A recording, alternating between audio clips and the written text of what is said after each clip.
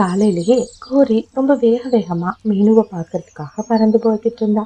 என்ன கோரி, காலையிலேயே என்ன பாக்குறதுக்கு வந்திருக்க? காரணம் இல்லாம வர மாட்டீங்க, என்ன விஷயம்?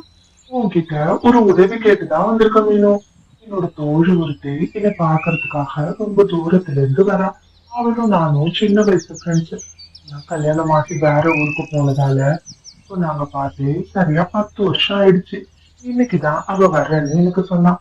நான் அவளை வரவேற்கிறதுக்காக அவளால விருந்து தயார் செய்யலாம்னு இருக்கேன். அதுக்குதான் உங்களோட உதவியை தேடி வந்திருக்க மீனு. என்ன கோரி சொல்ற? விருந்து செய்யறதுக்கு எதுக்கு என்னோட உதவி? இல்ல மீனு, இந்த காட்டுலயே நீ தான் சூப்பரா சிக்கன் பிரியாணி செய்வ. அதான் உன்னை கூட்டிட்டு போகலான்னு வந்தேன். எல்லா பொருளும் நான் தயாரா வாங்கி வச்சுட்டேன் மீனு. கொஞ்சம் வந்து அந்த பிரியாணியை மட்டும் எனக்கு செஞ்சு கொடுத்துட்டு போயேன். ஓ, அப்படியா கோரி? சரி சரி, ஒன்றும் பிரச்சனை இல்லை, நான் வந்து உனக்கு செஞ்சு தரேன். ஆனா நீ முன்னாடி போய்கிட்டு கொஞ்ச நேரத்திலேயே நான் வந்துடுறேன். ஏன் மீனு, என்ன ஆச்சு? என் கூடவே வர வேண்டியதானே? அவன் முன்னாடியே பஸ் ஏறிட்டேன்னு சொன்னான். சீக்கிரமா வந்துருவா. வந்தான்னா பாவம் களைப்பா இருப்பா. பிரியாணி செஞ்சா சூடா சாப்பிடுவாள்ல. இல்ல கோரி, என்னோட குழந்தை அங்க பசியில இருக்கா. அவளுக்காக நான் சேமியா தான் செஞ்சிருக்கேன். வேகமா நான் போயிட்டு அதை அவளுக்கு ஊட்டிட்டு வந்துடுறேன். அதுக்குள்ள நீ போயிட்டு நான் சொல்ற காயெல்லாம் மட்டும் வெட்டுக்கணும் அப்படின்னு சொல்லி மீனு கோரிய அனுப்புனா. லக்கி, கொஞ்சம் வேகமா சாப்பிடுமா. கோரி ஆண்டி வீட்டுக்கு யாரோ கெஸ்ட் வராங்களாமா. கோரி ஆண்டி வந்து என்ன பிரியாணி செஞ்சு கொடுக்க சொல்லி கேட்டிருக்காங்க.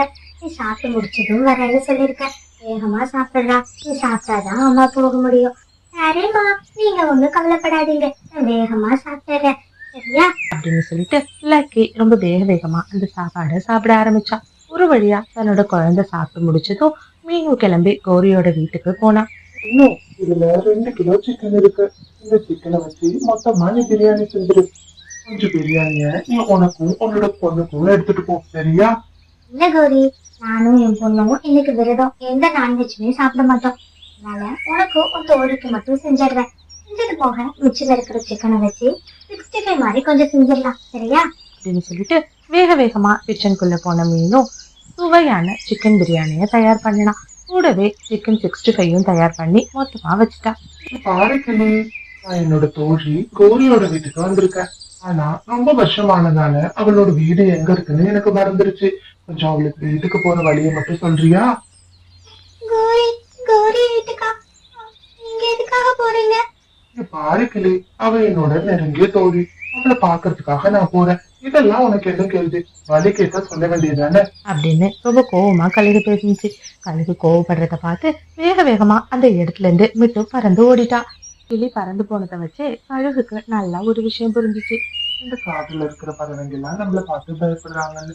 சரி, இதுக்கு மேல யார்கிட்டயும் வழி கேட்டுட்டு இருந்தா கௌரி வீட்டுக்கு போக நேரம் ஆயிடும் அப்படின்னு சொல்லி அங்க எங்கேயும் அலைஞ்சு திரிஞ்சு ஒரு வழியா கௌரியோட வீட்டுக்கு வந்து சேர்ந்தா. மகி வரத பார்த்த கௌரி ரொம்பவே சந்தோஷப்பட்டா. என்னாச்சு மகி? ரொம்ப நேரமா உனக்காக காத்துட்டு இருக்கேன்.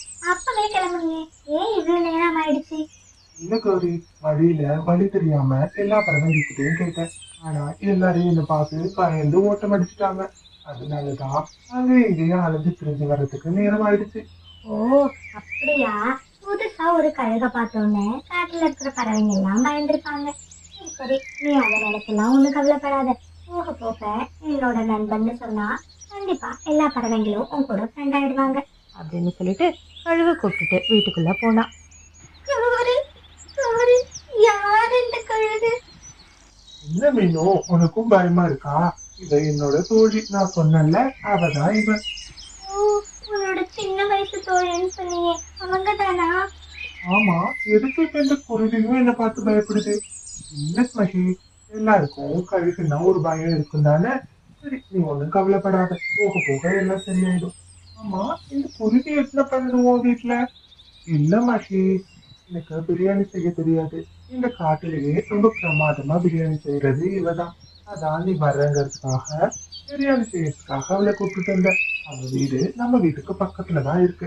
அப்படின்னு கௌரி சொன்னா. சரி கௌரி, என்னோட பொண்ணு தனியா இருப்பா, நான் வேகமா வீட்டுக்கு போறேன். அப்படின்னு சொல்லிட்டு மீனும் அங்கிருந்து தன்னோட வீட்டுக்கு கிளம்பி போயிட்டா. மீனும் செஞ்ச பிரியாணிய ரொம்ப ரசிச்சு ருசிச்சு அந்த மகி கழுகும் கோரிக்காகவும் சாப்பிட்டாங்க.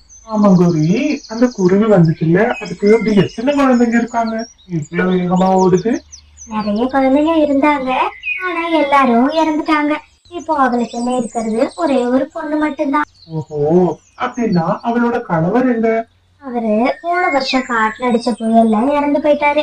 பாவம், அவளும் அவ பொண்ணும் தனியா தான் வாழ்ந்துட்டு இருக்காங்க. ஓ, இருக்கட்டும் இருக்கட்டும். நல்ல சுவையான பிரியாணியை செஞ்சிருக்கா. திரும்ப திரும்ப நீ அவளை கூப்பிட்டு எனக்கு பிரியாணி செஞ்சு தர சொல்லு. சரியா? நான் ஒரு 2 3 நாள் தான் இங்க இருக்கலாம்னு வந்தேன். ஆனா இந்த காட்டை பார்த்ததும் எனக்கு இங்கேயே கொஞ்ச நாள் தங்கி இருக்கணும்னு ஆசை வந்துடுச்சு. அதனால ஒரு 10 நாள் இருக்கலாம்னு இருக்கேன். உனக்கு இதுல எதுவும் ஆட்சேபம் இல்லையே கௌரி? அட, என்ன மகி இத போய் என்கிட்ட கேட்டுட்டு இருக்க? 10 நாள் என்ன, 1 மாசம் வேணாலும் இரு. எனக்கு அதுல எந்த ஆட்சேபனையும் இல்ல. உன்னை நான் பார்த்து சரியா 10 வருஷம் ஆகுது. 6 வயசுல நம்ம பார்த்துக்கிட்டது. அதுக்கப்புறம் ரொம்ப வருஷம் கழிச்சு பார்த்துட்டு இருக்கோம். இன்னையில இருந்து உனக்கு தினமும் ஒரு விருந்து செஞ்சு உன்னை சந்தோஷப்படுத்துறேன். அதுதான் என்னோட முக்கியமான வேலை. வீட்டுக்கு போன மீனும் ரொம்ப நேரம் அதிர்ச்சியிலேயே இருந்தா. அவ அப்படி இருக்கிறத பார்த்து அவ பொண்ணு அவகிட்ட என்ன நடந்துச்சு அப்படின்னு கேட்டா. அம்மா, என்ன ஆச்சு? ஆண்டி வீட்டுக்கு போயிட்டு வந்ததுல இருந்து நீங்க ரொம்ப அதிர்ச்சியாவே இருக்கீங்க. என்னம்மா ஆச்சு? ஐயோ, என் பொண்ணு வேற என்ன நடந்துச்சுன்னு கேக்குறா. அவகிட்ட அந்த கழக பார்த்தது சொன்னா பாவம் ரொம்ப பயந்து போயிடுவா. ஆனா சொல்லாமலே இருக்க முடியாது. அந்த கழகு நல்லவளா கெட்டவளான்னு வேற தெரியல. நம்ம இல்லாத நேரம் நம்ம குழந்தை எதுவும் பண்ணிடுச்சுன்னா சரி, நம்ம எதுக்கும் லக்கிய கொஞ்சம் பாதுகாப்பா இருக்க சொல்லுவோம். அப்படின்னு மனசுக்குள்ள யோசிச்ச மீனும், இது பாரு லக்கி, பக்கத்துல இருக்கிற கோரி ஆண்டி வீட்டுக்கு வந்திருக்கிறது சாதாரண விருந்தாளி இல்ல, கோரி ஆண்டியோட நண்பராமா. ஆனா அது ஒரு கழுகு. அம்மா, என்ன சொல்றீங்க? கழுகு கோரி ஆண்டியோட ஃப்ரெண்டா? ஆமாண்டா தங்கம், இத பார்த்து எனக்கே ரொம்ப அதிர்ச்சியா தான் இருந்துச்சு. என்ன பண்றது, அவளோட தோழின்னு சொல்லி அவ கூப்பிட்டுட்டு வரா. நாம ஒண்ணும் சொல்ல முடியாதுல்ல. நீ ஒண்ணு பண்ணுடா. அம்மா உங்க தேடி வெளியில போனதுக்கு அப்புறமா யாரு வந்து கதவை தட்டினாலும் நீ திறக்கவே கூடாது. ஏன்னா அந்த கழுகால இப்ப வேணாலும் நம்மளுக்கு ஆபத்து வரலாம். சரிம்மா, நீங்க சொல்லிட்டீங்கல்ல, கண்டிப்பா நான் கதவை திறக்க மாட்டேன். அப்படின்னு சொல்லி லக்கி சொன்னா. இதை கேட்ட மீனும் கொஞ்சம் சந்தோஷப்பட்டாலும் அந்த கழுகால எப்போ என்ன நடக்குமோ அப்படின்னு சொல்லி ரொம்பவே கவலையோட இருந்தா. லக்கி, உனக்காக இன்னைக்கு தக்காளி குருமா செய்யலான்னு இருக்கேன். நான் போயிட்டு தக்காளி குருமாக்கு தேவையான தக்காளிய வாங்கிட்டு வந்துடுறேன். அப்படின்னு சொல்லிட்டு கோரி வீட்ல இருந்து வெளியில போனா. ஆஹா, ஒரு வெளியில போயிட்டா. இதுதான் நம்மளுக்கு நல்ல சந்தர்ப்பம். எப்படியாச்சும் அந்த மீனு வீட்டுல போயிட்டு அந்த குட்டி குழந்தைய எனக்கு சாப்பிட்டுறணும். மீனவும் கண்டிப்பா எங்கன்னா உணவு தேடி போயிருப்பான். அப்படின்னு மனசுக்குள்ள திட்டம் தீட்டின மகி கழுகு வேக வேகமா மீனு வீட்டு கதவை போய் தட்டுனுச்சு. யார் இது? யாரு வந்திருக்கீங்க? யாருன்னு சொல்லுங்க. நான் தான் கோரி ஆண்டியோட ஃப்ரெண்டு. அம்மா இல்லையா, அம்மாவை கூப்பிடலான்னு வந்தேன். இல்ல, அம்மா உணவு தேடி வெளியில போயிருக்காங்க. சரி பாப்பா, அப்படின்னா ஒண்ணும் பிரச்சனை இல்ல. நீ கொஞ்சம் கதவை தர. உங்க வீட்டுக்கு உங்க வீடு எப்படி இருக்குன்னு பாத்துட்டு போறேன். உன்னையும் நான் பார்த்த மாதிரி இருக்கும். இல்ல ஆண்டி, நீங்க போயிட்டு அம்மா வந்ததும் வாங்க. அம்மா வீட்டுக்குள்ள என்ன வச்சு கூட்டிட்டு போயிருக்காங்க. என்கிட்ட சாவி கிடையாது. ஓஹோ, சரி பாப்பா, நீ அம்மா வந்ததும் நான் வந்துட்டு போனதா சொல்லு. அப்படின்னு சொல்லிட்டு வேகமா அங்கிருந்து மகி வருத்தத்தோட போனா. தன்னோட அம்மா வந்ததும் மகி கழுகு வந்த விஷயத்த லக்கி சொன்னா. இதை கேட்டு பயந்து போன மீனும் நேரா கோரிய பாக்குறதுக்காக அவளோட வீட்டுக்கு போனா. அந்த நேரம் மகி நல்லா படுத்து தூங்கிட்டு இருந்ததால கோரிய வெளியில கூப்பிட்டு மீனும் இந்த மாதிரி பேசினா. இங்க பாரு கோரி, எனக்கு என்னமோ அந்த கழுகு இருக்குது ஆபத்தா தோணுது. தயவு செஞ்சு விருந்தாளியா வந்தா 2 நாள் வச்சிருந்துட்டு அனுப்பி வச்சிரு. என்ன மீனு சொல்ற? அவ என்னோட சின்ன வயசு தோழி. அவன் நம்ம காடு ரொம்ப பிடிச்சிருக்குன்னு சொல்லிட்டு ஒரு 10 நாள் தங்கிட்டு போறேன்னு சொன்னான். இதை எப்படி நான் போய் சொல்ல முடியும்? அது மட்டும் இல்லாம அவ என்னோட விருந்தாளி. அவன் எங்க இருக்கிறதுல உனக்கு என்ன பிரச்சனை? இங்க பாரு கோரி, தயவு செஞ்சு புரிஞ்சுக்கோ. இன்னைக்கு நான் இல்லாத நேரமா பார்த்து என்னோட வீட்டுக்கு வந்து என் பொண்ணுகிட்ட பேச முயற்சி பண்ணிருக்கா. கதவை தர அப்படின்னு சொல்லியிருக்கா. எனக்கு என்னமோ அவ ரொம்ப தப்பான ஆளா தெரியுறா. இங்க பாரு மீனு, தயவு செஞ்சு எல்லாரையும் தப்பான கண்ணோட்டத்துல பார்க்காத. அவ இன்னைக்கு உன் வீட்டுக்கு வந்தத முன்னாடியே என்கிட்ட சொல்லிட்டா. நான் தக்காளி வாங்கலான்னு தோட்டத்துக்கு போயிருந்தேன். அந்த நேரம் அவளுக்கு ரொம்ப போர் அடிச்சிருந்திருக்கு. அதான் உன்கிட்ட பேசலான்னு சொல்லிட்டு உன் வீட்டுக்கு வந்திருக்கா. நீ இல்லைன்னு சொன்னதும் உடனே அவ திரும்பி வந்துட்டா. நீ இத சொல்றதுக்கு முன்னாடியே அவ என்கிட்ட சொல்லிட்டா. நீ நினைக்கிற மாதிரி என்னோட தோழி ஒண்ணும் கெட்டவெல்லாம் கிடையாது. தயவு செஞ்சு இங்க இருந்து போ அப்படின்னு சொல்லி கோவமா மீனுவை திட்டி அங்கிருந்து அனுப்பிட்டா. மறுநாள் காலையில பொழுது விடிஞ்சதும் எப்பயும் போல உணவு சமைக்கிறதுக்காக கோரி காய்கறி வாங்கறதுக்காக வெளியில போனா. அட, இன்னும் எத்தனை நாள் தான் இந்த காய்கறியை சாப்பிட்டுட்டு இந்த கூறி வீட்டுல நல்ல விளையாட்டம் நடிச்சிட்டு இருக்குது. சீக்கிரமா வந்தமா அந்த குழந்தைய பிடிச்சு சாப்பிட்டமா போயிடலாமான்னு பார்த்தா இது என்னடான்னா நீண்டுட்டே போகுது. இன்னைக்கு எத்தனை நாளைக்குதான் அந்த சிட்டுக்குருவியை சாப்பிடுற ஆசையை நம்ம அடக்கி வச்சுட்டு இருக்குது. இன்னைக்கு எப்படியாச்சும் அந்த குழந்தைய பிடிச்சு சாப்பிடணும் அப்படின்னு சொல்லி யோசிச்சுட்டு வேகமா மீனு வீட்டை நோக்கி போனான். பாப்பா. நான் தான் மகி ஆண்டி வந்திருக்கேன். எனக்கு ரொம்ப தாகமா இருக்குடா. ஒரு சொம்பு தண்ணி மட்டும் கூட. ஓ, மறுபடியும் இந்த கழுகு தான் வந்திருக்கா. எங்க அம்மா சொன்ன மாதிரி இது உண்மையாவே ரொம்ப கெட்ட கழுகாதான் இருக்கும் போல. இன்னைக்கு இந்த கழுகு கிட்ட நாம யாருங்கிறத காட்டியாகணும். நம்ம புத்திசாலித்தனத்தை பார்த்து இதுக்கப்புறம் இந்த கழுகு இந்த பக்கமே வரக்கூடாது. அப்படி யோசிச்ச லக்கி வேக வேகமா இப்படி பேச ஆரம்பிச்சா. ஆண்டி, நான் உங்களுக்கு தண்ணி தரேன். இந்த ஜன்னல் பக்கமா கொஞ்சம் வாங்கல அப்படின்னு சொன்னா. உடனே வேக வேகமா ஜன்னல் பக்கமா வந்த மகிக்கு உள்ள இருந்து ஒரு தண்ணி வர்ற ஓசை தூக்கி லக்கி போட்டா. ஆண்டி, இதுல தண்ணி வரும், இப்ப குடிச்சுக்கோங்க. அட, இந்த குருவி என்ன எவ்வளவு புத்திசாலியா இருக்கு. சரி பாப்பா, தண்ணி எனக்கு போதும், நீ திரும்ப ஓசை உள்ள இழுத்துக்கோ அப்படின்னு சொல்லிட்டு வேக வேகமா அங்கிருந்து கிளம்பி மகி திரும்பவும் வீட்டுக்கு போனா. இன்னைக்காச்சும் அந்த குருவியை சாப்பிட்டுட்டு இங்க இருந்து கிளம்பிடலான்னு பார்த்தா முடியாம போயிடுச்சு. சரி, இன்னும் எத்தனை நாள் ஆகுதுன்னு பார்ப்போம்.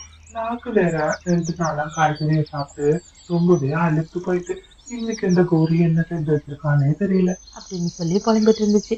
அம்மா, இன்னைக்கும் அந்த கழுகு வந்துச்சுமா அப்படின்னு சொல்லி நடந்த எல்லா விஷயத்தையும் மீனு கிட்ட சொன்னா. பாப்பா, நானும் நிறைய தடவை கோரி ஆண்டி கிட்ட சொல்லிட்டேன்டா. ஆனா கோரி ஆண்டி அந்த கழுகு கெட்டவங்கிறத புரிஞ்சுக்கவே மாட்டா. இதுக்கு மேல நாம என்ன சொல்ல முடியும் சொல்லு. காட்டுல இருக்கிற மற்ற பறவைங்களும் அந்த கழுகை பார்த்து ரொம்பவே பயப்படுறாங்க. இதை எல்லா பறவைங்களும் கோரி கிட்ட சொல்லியிருக்காங்க. ஆனா கோரி அதை புரிஞ்சுக்கவே மாட்டாடா. நாம தான் நம்ம பாதுகாப்பை உறுதி பண்ணிக்கணும். இனிமே நீ அந்த கழுகு வந்து கதவை தட்டிச்சு அப்படின்னா எந்த குரலுமே கொடுக்காத. வீட்டுல யாரும் இல்லைன்னு நினைச்சு வேகமா அந்த கழுகு போயிடும் அப்படின்னு சொன்னா. இதை கேட்ட லக்கி சரிம்மா, நீங்க சொல்ற மாதிரியே நான் பண்றேன் அப்படின்னு சொன்னா. இந்த பக்கம் கோரி சூடான பூரியையும் உருளைக்கிழங்கு மசாலாவையும் எடுத்துட்டு வீட்டுல இருக்க மகி கிட்ட கொடுத்தா. என்ன கௌரி இது? மச்சி, என்ன என்னன்னு கேட்டுட்ட?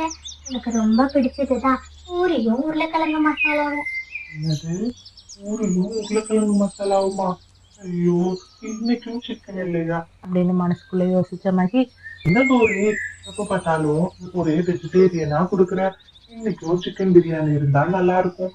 ஆனா சிக்கன் செய்யவே இல்லை. வந்த அன்னைக்கு செஞ்சேன், அதுக்கப்புறம் சிக்கனை கண்ணுல கூட காட்டல.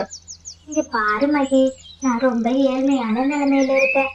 நாளே நீ வந்த அப்படிங்கிறதுக்காக எனக்கு அங்க இங்கேயும் இருந்த பணத்தெல்லாம் புரட்டி போட்டு தேவையான சிக்கனை வாங்கல.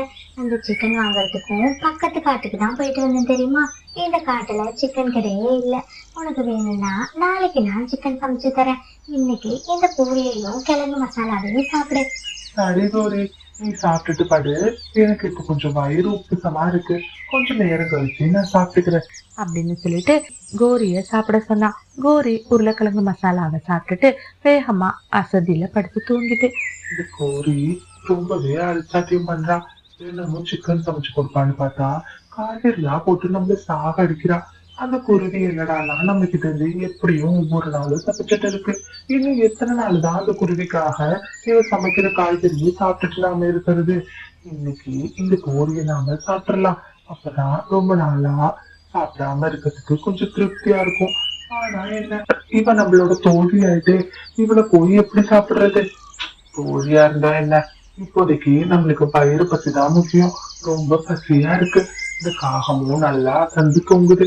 நாம இன்னைக்கு இதை சாப்பிட்டுட்டு இந்த காட்டுல இருந்து ஓடிடணும் அப்படின்னு யோசிச்ச மகி நேரா தூங்கிட்டு இருக்கிற கோரியோட கூப்பிட்ட போய் உட்காந்தவ அசந்து தூங்கிட்டு இருக்கிற கோரியோட வாயில சத்தம் போடாம இருக்கிறதுக்காக கயிறை போட்டு டைட்டா கட்டினா. பாவம், கழுகு ஏதோ பண்ண போகுதுன்னு தெரிஞ்ச கோரி எதுவுமே பண்ண முடியாம அங்கே எங்கேயும் முண்டிட்டு இருந்தா. ஆனா என்னதான் சொன்னாலும் தன்னோட தோழிங்கிறதையும் மறந்து அதுக்கு சாப்பாடு தான் முக்கியம் அப்படின்னு யோசிச்ச மகி கழுகு வேகமா கோரிய தாக்க ஆரம்பிச்சிச்சு. ஒரு வழியா மாம்சத்தை சாப்பிட்டு முடிச்சுட்டு அங்கிருந்து தப்பிச்சு போயிடுச்சு. மறுநாள் காலையில பொழுது விடிஞ்சு ரொம்ப நேரம் ஆகியும் கோரி வெளியில வராததால பறவைங்க எல்லாருமா போயிட்டு கோரி வீட்டை பார்த்தாங்க. அங்க கோரியோட கூடு முழுக்கவும் ரத்தம் செதறி கிடந்துச்சு. கூடவே கோரியோட இறகுகளும் பிஞ்சு கிடந்ததால பறவைங்களுக்கு ஒரு விஷயம் புரிஞ்சுச்சு. அந்த கழுகுதான் கோரிய சாப்பிட்டுடுச்சு அப்படின்னு சொல்லிட்டு எல்லா பறவைங்களும் அதை பத்தியே பேசிட்டு இருந்தாங்க. விட்டு, நான் அப்பவே சொன்னேன் கோரி கிட்ட, அந்த கழுகை நம்பாத, அது என்னைக்கா இருந்தாலும் உனக்கு ஆபத்தா முடியும்னு.